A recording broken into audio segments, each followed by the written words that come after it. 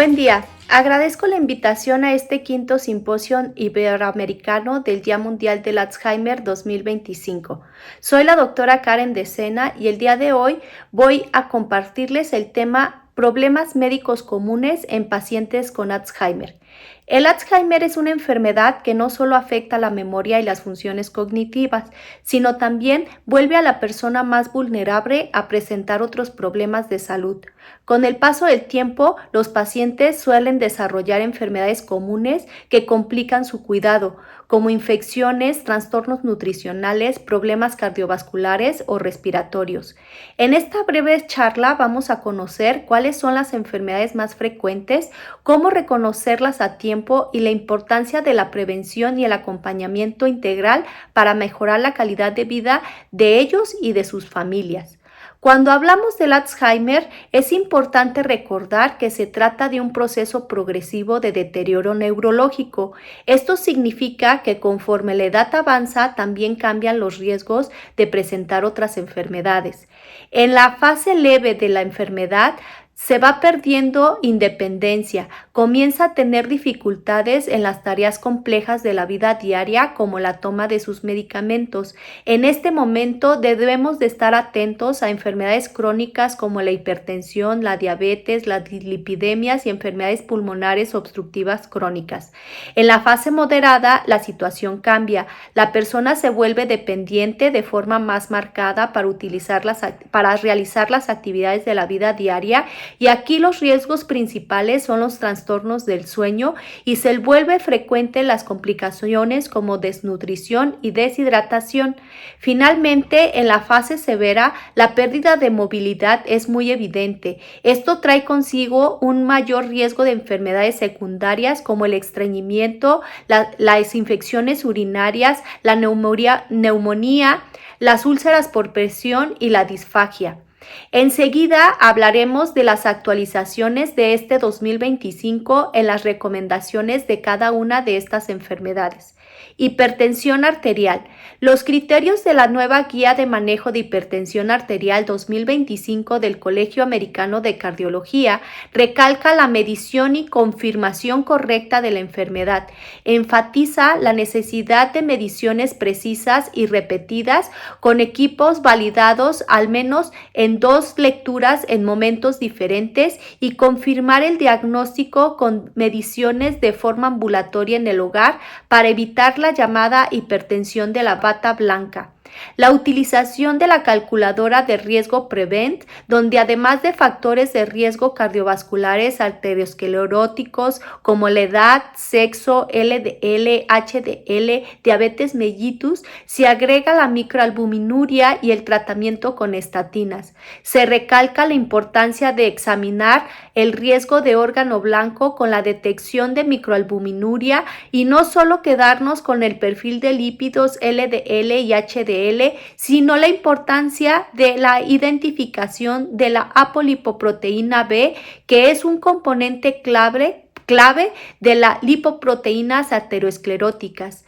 Los niveles para considerar un diagnóstico de hipertensión bajaron 130-80, ya que anteriormente se consideraban hipertensión arterial de 150-90 para adultos mayores.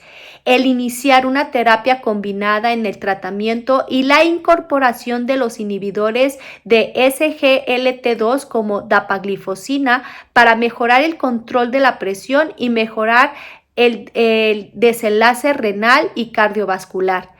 Establece la importancia de cambio de estilo de vida al recomendar una dieta mediterránea, reducir el sodio y aumentar el potasio natural, actividad regular al menos de 150 minutos a la semana y reducir el 5% de peso a las personas con sobrepeso y obesidad y el manejo del estrés. Diabetes mellitus.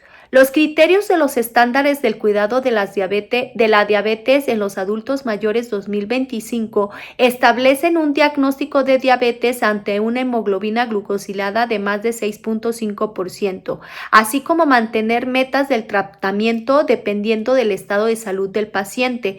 Por ejemplo, pacientes con múltiples comorbilidades como la demencia, una meta de hemoglobina glucosilada es menor del 8%. Llegar llevar un seguimiento continuo cada 3 meses para evitar complicaciones como retinopatías, nefropatías y neuropatías, y establece la importancia del cambio de estilo de vida al recomendar una dieta saludable, equilibrada, cuidando el consumo de frutas.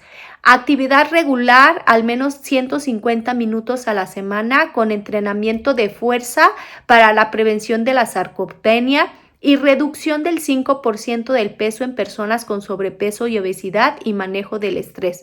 En el tratamiento farmacológico sugieren priorizar la seguridad, vigilar el riesgo de hipoglucemias, utilizando de forma más segura los inhibidores de SGLT2. Dislipidemias.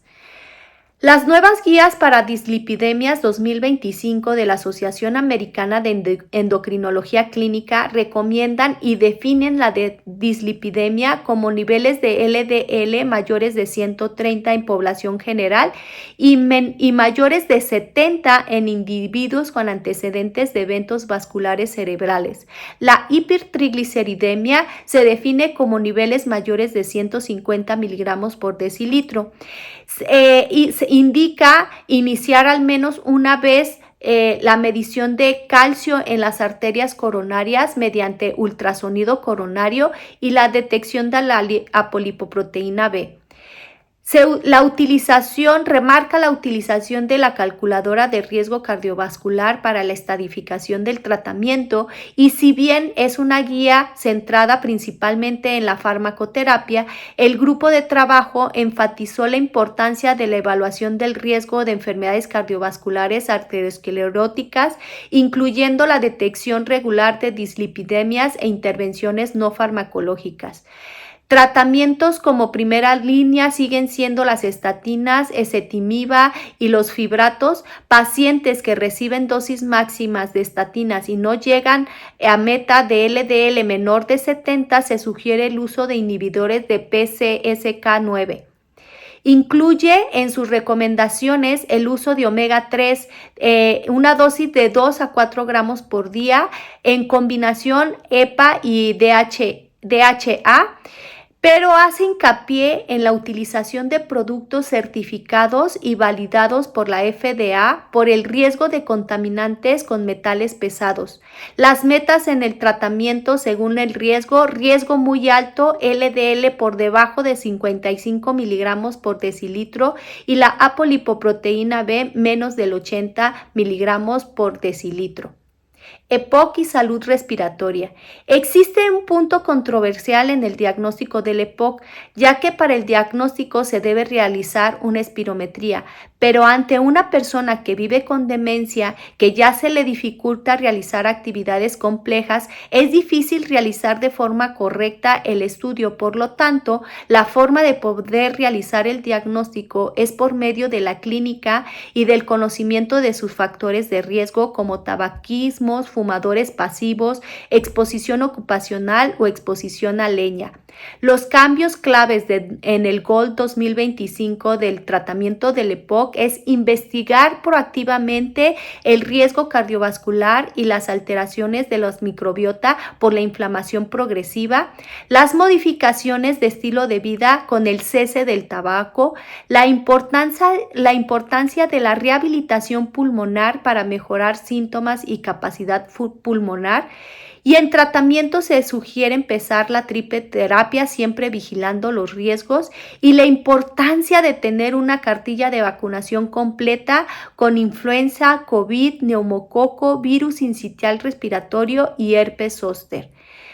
En lo que respecta a las enfermedades en la fase moderada, la deshidratación y la desnutrición, la Iniciativa de Liderazgo Global sobre la Desnutrición, GLIM, establece optimizar food first, adaptar texturas, entorno y preferencias del paciente, asistencia en los alimentos, siempre respetando la autonomía, evitar restricciones dietéticas innecesarias, utilizar suplementos orales cuando la dieta no cubre metas como al menos 400 kilocalorías al día y 30 gramos de proteína al día, Si la ingesta es insuficiente, administración de alimentación enteral. Si la enteral no es posible y el paciente tiene pronóstico global razonable, se puede utilizar alimentación parenteral, siempre evitando el encarnecimiento terapéutico.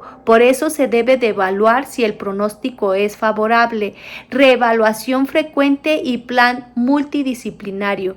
Reforzar educación a los cuidadores para generar estrategias ambientales y integrar ejercicio de resistencia y movilidad junto a la terapia nutricional para vigilar la sarcopenia. Siempre investigar causas tratables como depresión, dolor, polifarmacia, mala dentición, mantener una hidratación proactiva. Recuerden que el adulto mayor, el centro de la sed se inactiva y por eso no tienen sed, por eso tiene que ser una hidratación proactiva. Trastorno del sueño. La Academia Americana de Medicina del Sueño señala la importancia que en toda consulta se investigue sobre el insomnio, despertares nocturnos, inversión día-noche, vagabundeo nocturno, somnolencia diurna, siempre explorar fármacos como anticolinérgicos, benzodiazepinas, dolor, depresión, ansiedad. Es esencial recomendar al cuidador que utilice un diario de sueño donde registre el estado de la persona, la rutina, los medicamentos, la ingesta de líquidos, de alimentos, exposición a la luz, ejercicios, interacciones con otras personas, patrones de sueño, cuándo duerme, cómo duerme, cuántas horas duerme, cualquier despertar nocturno y factores que parezcan afectarle. Como primera línea de tratamiento, la higiene y la rutina diaria, horario regular, luz solar por la mañana, actividad física diurna, reducir siestas largas, reducir cafeína, adaptar ambiente, seguridad, temperatura, luz nocturna baja, revisar horas de administración de los inhibidores de colinesterasa, evitar la administración por la noche. La Academia Americana de Medicina del Sueño y la Sociedad Americana de Geriatría especifican evitar el uso de benzodiazepinas y de C-drugs como Zolpidem, que son inductores del sueño, por los altos riesgos a las caídas, a delirium y más deterioro cognitivo. Preferir DORAs, que son antagonistas duales de receptores de la orexina. La mirtazapina en dosis pequeñas también ellos lo recomiendan.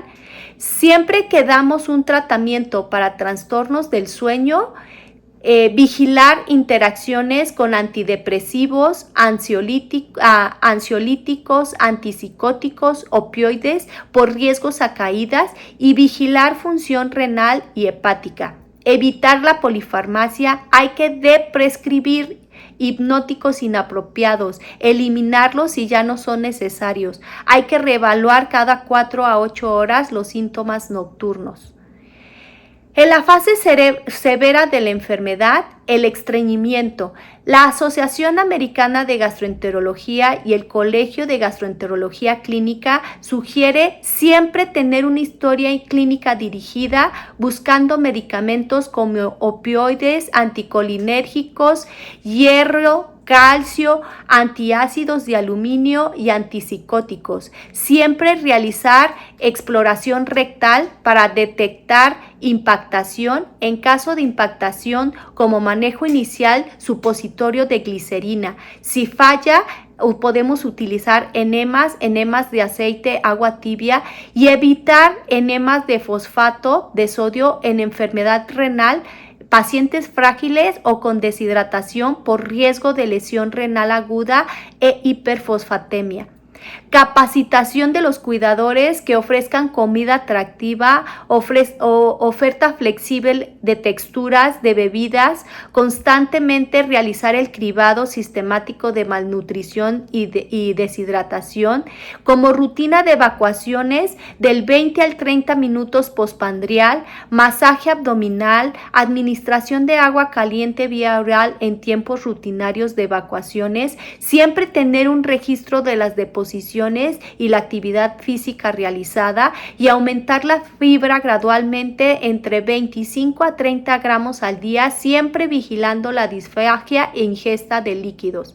Como tratamiento para el estreñimiento podemos utilizar laxantes osmóticos, lactulosa o cianócidos, siempre vigilando función renal y función hepática. Infecciones del tracto urinario. La guía de la Asociación de Urología Europea 2025 introduce una nueva clasificación clínica facilitando decisiones terapéuticas individualizadas, infecciones del tracto urinario localizadas e infecciones del tracto urinario sistémicas. Las infecciones del tracto urinario localizadas se refiere a aquellas sin signos, sin síntomas sistémicos, por ejemplo, cistitis con urgencia, frecuencia y dolor suprapúbico.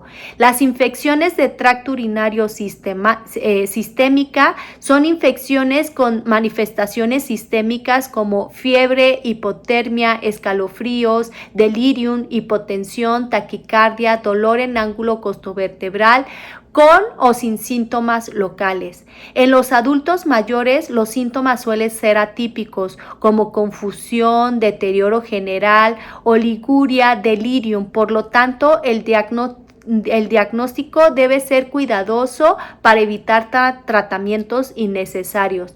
Para el diagnóstico se requiere síntomas urinarios más urocultivo positivo.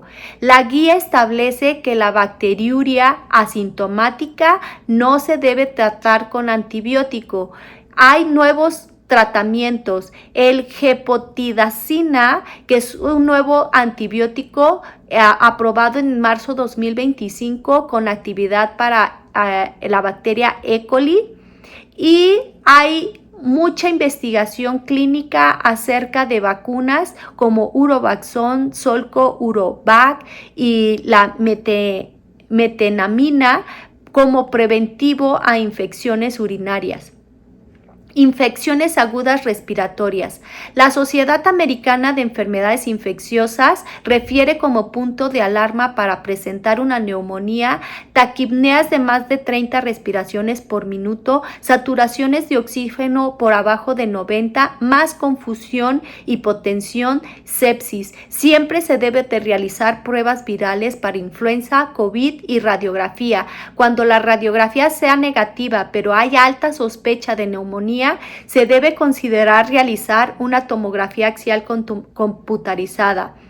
Esta nueva guía 2025 nos señala que no se debe de utilizar la procalcitonina como para iniciar un tratamiento con antibiótico. Sobre el tratamiento, la mayoría de las neumonías adquiridas en la comunidad son de origen viral, por lo cual no se debe de utilizar antibióticos, sino antivirales. Por ejemplo, para influenza se utiliza oseltamivir, para COVID se utiliza Paxlovid. Ante el virus sincitial respiratorio, el manejo principal es el soporte y sintomáticos. Si el cuadro supera 5 días y no mejora, se considera sobreinfección, por lo cual se debe de iniciar esquema de antibióticos. Algo muy importante que señala esta nueva guía es no utilizar corticoides de manera rutinaria, solo considerarla en caso grave donde el paciente presente choque séptico refractario. Otras infecciones agudas de vías respiratorias comunes son como la bronquitis. Las guías 2025 nos indican que si no presenta datos de neumonía, no se debe de administrar antibiótico de rutina, sino que solo dar manejo sintomático. Ante una rinosinusitis aguda, si presenta datos de bacteremia con más de 10 días sin mejoría, fiebre alta, rinorrea purulenta, se debe de empezar con antibiótico. trabajo. En conclusión, las infecciones respiratorias agudas en el adulto mayor, las especificaciones en el 2025 señalan ajustar la dosis por función renal, revisar interacciones de medicamentos sobre el Paxlovid, macrólidos, evitar el sobreuso de antibióticos y enfatiza la vacunación completa para reducir la hospitalización y la mortalidad. Úlceras por presión. Las úlceras por presión tienen varios factores de riesgo prevenibles como movilidad. Se debe de movilizar al paciente mínimo cada 2 horas. Hay que vigilar la incontinencia, hacer cambio de pañal cada 2 a 3 horas o cuando el pañal esté sucio o húmedo, y también se debe de cambiar el pañal durante la noche al menos una vez. Hay que vigilar la desnutrición, la deshidratación, la fricción. Hay que cambiar bien la cama, evitar arrugas, pliegues para que no formen úlceras y evitar los dispositivos como sonda porque el dolor no controlado empeora la inmovilidad. Las recomendaciones europeas en la buena práctica de prevención de úlceras 2025 recomienda utilizar la cama de hospital para facilitar el reposicionamiento del paciente.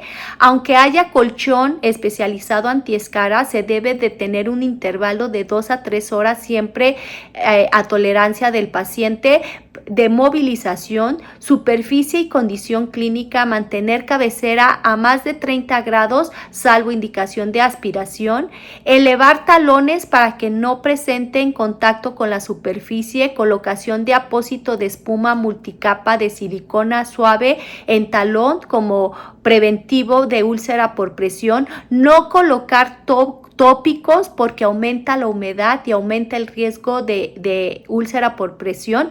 En el tratamiento no debemos de apoyar al paciente sobre la lesión. El tejido necrótico, si el paciente no es apto para debridación quirúrgica, hay que considerar un autolítico enzimático. En caso de infección, usar antibiótico tópico.